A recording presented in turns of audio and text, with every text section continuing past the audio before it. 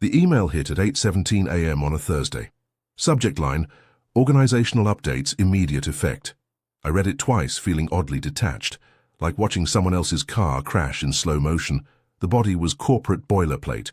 As part of our strategic realignment towards scalable growth models, we are consolidating training systems into the broader human capital development function. Effective immediately, training systems architect role is being sunset. Impacted employees will receive transition support. 3 sterile sentences. 15 years of work, erased by committee speak. At 9 a.m., I had a transition meeting scheduled with HR and Carla Monroe, the consultant who'd been circling me for weeks. I didn't rush. I packed my laptop calmly, tucking the power cord neatly around it, slipped my backup drives, personal property, into my satchel, walked down the hall past posters celebrating employee resilience and pioneering spirit. Corporate. Art is a joke we tell ourselves to survive. The meeting room was small, no windows. Peter Langston, VP of HR, sat at the head of the table, flanked by Carla. Peter was pudgy with perpetually damp hands, who loved talking about best practices, but never actually helped anyone. He cleared his throat nervously when I sat down. "Charles, thanks for coming in," he began, as if I had a choice. We appreciate everything you've done." I smiled pleasantly, said nothing. "Given the company's new strategic direction," Carla cut in smoothly, "we're moving toward automating many of the learning and development pathways, AI-based micro-learning, dynamic module generation, predictive retraining prompts, that sort of thing." I nodded slowly. "You're replacing 5 years of curated knowledge ecosystems with AI word salads that no one will actually complete." Peter flinched. Carla didn't blink. "Evolution is painful," she said, "but necessary." On the table in front of her was a white envelope, my official severance packet. Without drama, I reached out and picked it up. Thick paper, crisp folds. They were offering 9 months' salary, health coverage for a year, and, the irony, an opportunity to consult during knowledge transfer for a limited engagement period. Translation: "Please help us not crash the plane after we shove you out the emergency hatch." I slid the envelope into my satchel without reading it. Stood up. Peter rose too quickly, hand extended awkwardly. "Really? Thank you, Charles." I shook. His palm was sweaty, just like always. Carla offered hers too, firm, cold. I took it, squeezing just slightly harder than was comfortable. "Best of luck," she said, all corporate venom masked as kindness. "You too," I said softly. And then I left. No fireworks, no ranting. I didn't even clean out my desk. Within an hour, my email was locked, building access revoked, Slack channels archived. I was erased, but not before I'd finished my insurance policy. When I first walked into Hargrove Solutions, the scent of fresh paint and ambition was thick in the air. A mid-sized consulting firm trying to elbow its way into the big leagues. They wanted specialists who could not just do the job, but redefine it. That's where I came in. "My name's Charles Manson." Yeah, I know, unfortunate branding. Mom had no idea, but I learned early to turn the association into a joke before anyone else could. In corporate America, owning your flaws is half the battle. The other half is delivering results so undeniable they can't look away. I came in as a training systems architect, fancy title for the person who designs, builds, and maintains the internal knowledge platforms every department leans on. If engineers needed a new CAD certification, my system. Marketing's onboarding modules, my system. Sales real-time CRM troubleshooting, me again. When I arrived, Hargrove's training infrastructure was a glorified Google Drive mess, no version. Control, no metrics, no user tracking. Content updated at random by managers who thought PowerPoint clip art was professional polish. In my first 6 months, I launched ArcLight, a unified training management ecosystem. Not just a dumping ground for PDFs, but a real system. Video modules, live session tracking, integrated quizzes, certification pathways, even AI-driven recommendation engines that nudged employees to refresh critical skills before audits. I didn't just overhaul the system. I reprogrammed the entire culture of upskilling.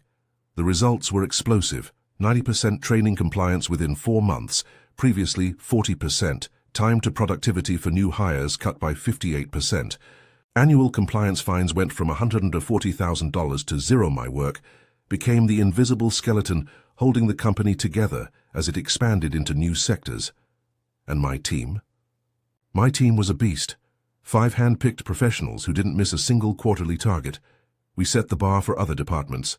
The metrics were so good that during the last 2 annual town halls, the CEO, a buttoned-up former Bain guy named Martin Clark, cited training revamp as one of Hargrove's proudest operational turnarounds. You'd think that would buy us goodwill, security, maybe even leverage. You'd be wrong. At Hargrove, success bred resentment like mold in a wet basement. The sales department quietly fumed that their bloated onboarding failures were now exposed. Operations resented that compliance officers praised my team, not theirs. And the innovation team.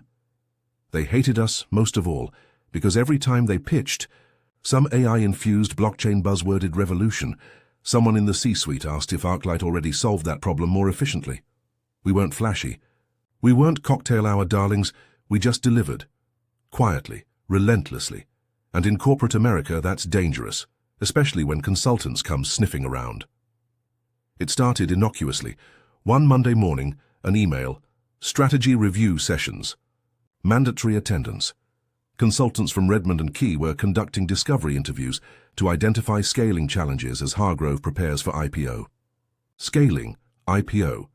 Magic words that make middle managers wet themselves and executives sharpen their knives. I sat in a beige conference room under fluorescent lights, across from Carla Monroe, lead strategy consultant. Mid-40s, sleek navy pantsuit, expensive pen poised over a leather-bound notebook. She smiled warmly, but didn't pretend this was friendly. "I've reviewed your department's metrics," she said, flipping through notes without looking at me.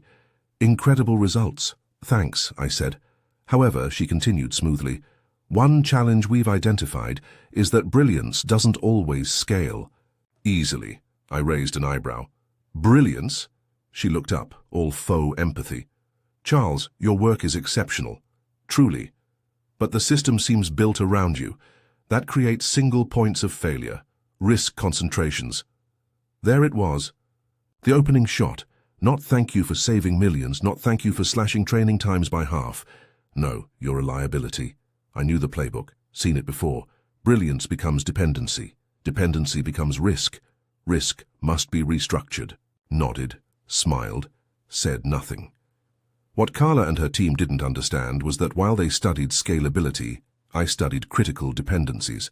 I knew exactly how vital ArcLight was, and not just the systems they saw.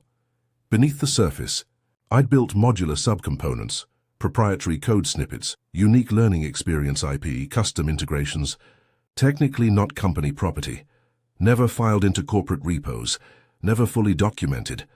They assumed all that infrastructure was just sitting there, open, unprotected. They were wrong. 2 months before the consultants arrived, I'd begun filing provisional patents under my own LLC, Manson Learning Innovations, on the unique frameworks and methodologies underpinning ArcLight's dynamic training protocols, legally clean. Ethically questionable? Maybe. But after what they pulled, I considered it self-defense. I also took one final step. I created a private version of ArcLight Lite, trimmed down, faster, cleaner, designed specifically for mid-tier firms, and quietly began demoing it to Hargrove's top 5 competitors. Ironic, really. The company that decided I wasn't scalable was about to find out how scalable losing critical intellectual property could be. As I walked out of Hargrove's glass doors for the last time duffel slung over one shoulder, I felt free. They thought they had won. They thought they had extracted my value and discarded the husk. What they didn't realize was that you can't scale what you don't understand. And they understood nothing. I kept tabs, of course. Quietly. Carefully. By the 4th week, I heard through. Old contacts that the Orion Systems onboarding, a 2.5-meter training overhaul I'd personally secured and architected, had stalled. The AI-generated modules were riddled with contradictions and context errors. New hires were being trained on workflows that didn't even exist yet. Then came Vanguard Holdings, our second-largest client. The CEO's assistant, an old acquaintance, texted me. "Did you leave? Vanguard MGMT not happy. Systems crashed during onboarding. Sent nastygram to Hargrove Compliance this morning." I smiled when I read that. It wasn't petty. It was inevitable. See, ArcLight wasn't just a system, it was an ecosystem. A web of interdependent modules, feedback loops, customization triggers, all finely tuned over years of blood, sweat, and unpaid nights. Without me, it was like tossing a Ferrari engine diagram to a toddler and expecting them to build it from Lego blocks. By week 6, I heard that Lauren Whitaker, Hargrove's new Chief Innovation Officer, held an emergency war room meeting. The agenda was simple: client churn, risk assessment, platform stability, review emergency consultant hiring, the innovation. They had prioritized. Meanwhile, I was busy. Manson Learning Innovations, my startup, was humming. We weren't public yet. No big announcements, just quiet demos, high-end, tailored, built directly on the bones of the tech they assumed was theirs. 3 mid-sized firms signed letters of intent within the first month. 2 were direct Hargrove competitors. The third was Vanguard Holdings itself. "Send us a proposal," their VP of HR said on our second call. "We're considering options." I could almost hear the fear in her voice. Changing vendors for employee. Training at their scale wasn't just expensive, it was dangerous. Lost training equals lost productivity, equals losing millions. They would have preferred to stay. But without functioning systems, without me, they were trapped. Around week 7, I got a LinkedIn message from Peter Langston. Yes, Mr. Sweaty Hands himself. "Hey, Charles. Hope you're doing well. Was wondering if you'd be open to some freelance consulting work on a short-term basis. We're working through some platform optimization issues." I didn't respond. 3 days later, Carla Monroe, the consultant who so coolly pushed me out, emailed me directly. "Charles, given your deep familiarity with ArcLight's architecture, we would be interested in discussing advisory opportunities, competitive compensation package available." It was almost flattering. Almost. Instead, I forwarded the email to my attorney, Sarah Connolly, who laughed so hard on the phone I had to hold it away from my ear. "They're drowning," she said, "and they just realized the lifeboat they threw overboard had all the oars." Meanwhile, the patents I'd filed began moving through preliminary approvals, which meant soon, very soon, Hargrove wouldn't just be losing clients. They'd be risking IP infringement lawsuits for using systems they no longer legally owned, and they knew it. I could tell by the sudden shift in tone. By week 8, they weren't offering competitive compensation anymore. They were begging. Another email, this one from Hargrove's General Counsel. "Charles, we acknowledge your past contributions to the development of our learning systems and would like to explore mutually beneficial licensing agreements to ensure continuity of client service." Translation: "We're scared you own the systems we thought we controlled. Please don't sue us into oblivion." I sat back in my chair, watching the message blink at me on the screen. For the first time in months, I really smiled. They had thought they could replace expertise with buzzwords, replace craftsmanship with consultants, replace vision with templates. And now they were finding out, some things aren't scalable, some things aren't replicable, some people are simply irreplaceable. Especially when the person you tried to erase spent his final months arming the exits and sealing the doors behind him. I didn't respond to their desperate emails. Not right away. First rule of leverage: you don't chase, you wait, you make them sweat. Meanwhile, my own operation, Manson Learning Innovations, was heating up. I spent those months doing what Hargrove had completely forgotten how to do: listen. Build, adapt.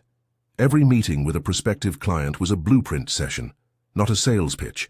We built them custom ecosystems, modern, modular, beautiful, that didn't just train employees, but actually evolved with them. Live feedback loops, predictive adaptation models, gamified progress metrics that actually worked. It was everything Hargrove had pretended to offer, but never truly delivered, and word spread fast.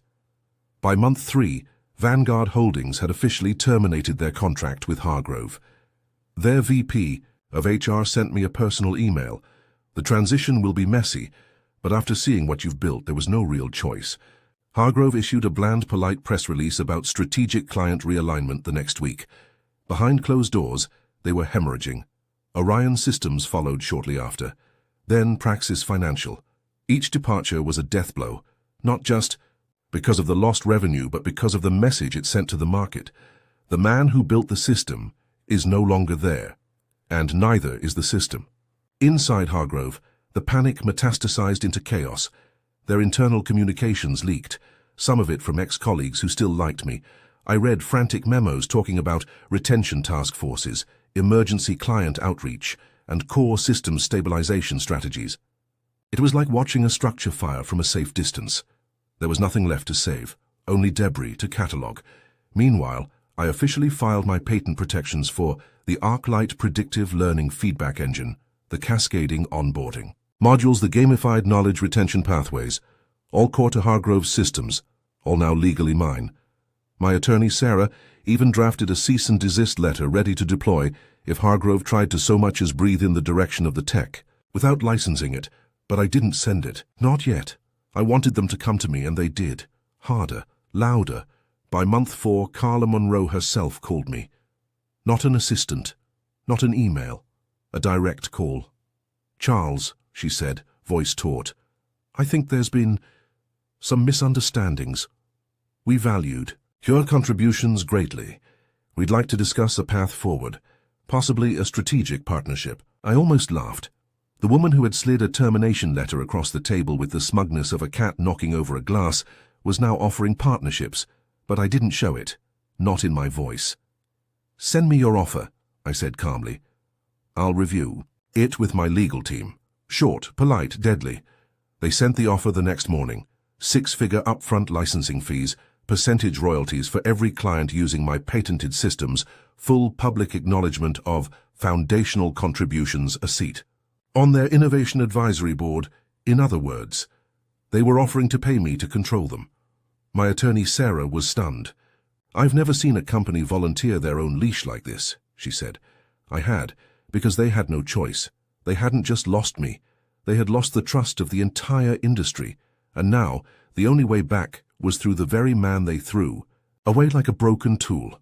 I met with my leadership team that evening, Heather Myers, Dylan Cooper, and Liam West, all ex-Hargrove talents I had quietly recruited. "We could milk them," Heather said bluntly. "License the old systems, reinvest the cash into new platforms," Dylan added. Liam just grinned. "Squeeze them till they bleed, boss." They weren't wrong. I made my decision the next morning. We'd sign, but on my terms, terms that gave me total control over the future architecture. Terms that turned Hargrove into little more than a branding shell for my real work. They wouldn't even realize it at first. They'd just keep running their training programs while paying me for every client, every module, every update. And as the royalties fattened my war chest, I'd be free to innovate, evolve, and dominate the next generation of learning ecosystems. Untouchable. That was the real revenge, not lawsuits, not angry emails, not public takedowns. Victory was making them pay to lose, and they would, gladly, desperately, permanently. The signing ceremony was scheduled on a Tuesday afternoon, neutral venue, private conference room, no cameras, no fanfare, just silent desperation, wrapped in forced professionalism. Carla Monroe arrived with 2 junior lawyers in tow, a faint tremor behind her practiced smile.